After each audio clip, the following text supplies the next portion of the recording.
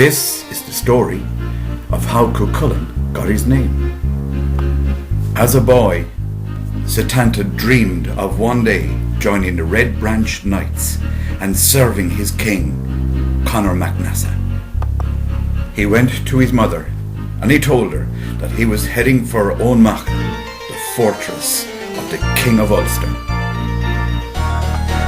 Setanta was a fabulous hurler, and so he took his hurley and his slitter with him to shorten the journey. He would hit the ball high up into the air and run and catch the ball before it hit the ground. After days of travelling, he at last reached the mighty fort of Owenmach, where he saw outside the gates some members of the Red Branch Knights were engaged in a fabulous game of hurling. He watched them play for a while, and as he stood watching them, leaning on his hurley, one of the Red Branch Knights looked over and said, "Hey, why don't you come over? Join in the game." "Gladly," said Setanta. He dashed in and joined in the game. It soon became obvious that he was the best hurler on the field, better than some of the older Red Branch Knights who had been playing for years. They were amazed at this boy's talent. Suddenly, there was a great commotion around the gates to the fort as King Conor MacNassa majestically rode out on his horse on the way to a party thrown by his favourite blacksmith, Cuchulainn. He stopped for a while to look at the hurling match. "Who is that boy?" he said. "Tell him to come to the party. I want to talk to him."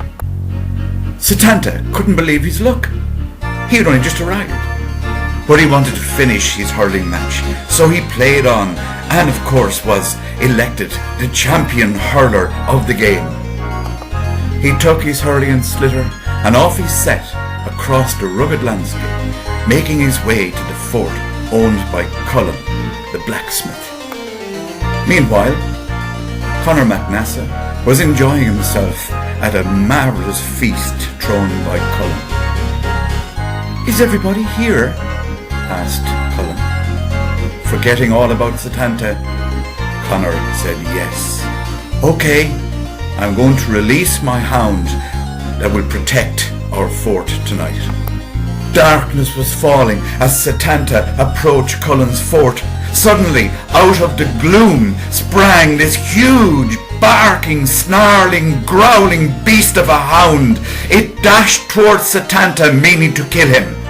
Quick as a flash, Setanta threw his slitter in the air. He hit it with all its might. It flew into the hound's throat and choked him on the spot. Hearing the commotion outside, Conor MacNassa feared the worst for his newfound hero, Setanta. He dashed to the door, followed by Cuchulainn. To his amazement, he saw the massive hound lying dead on the ground and standing over it, Setanta. Cuchulainn was heartbroken over the death of his hound, or Cú in the Gaelic language. "Who will protect my fort now?" he cried. "I will," said Setanta. "I will be your Cú." And from that day on, he was known as Cuchulainn, or the Hound of Cuchulainn.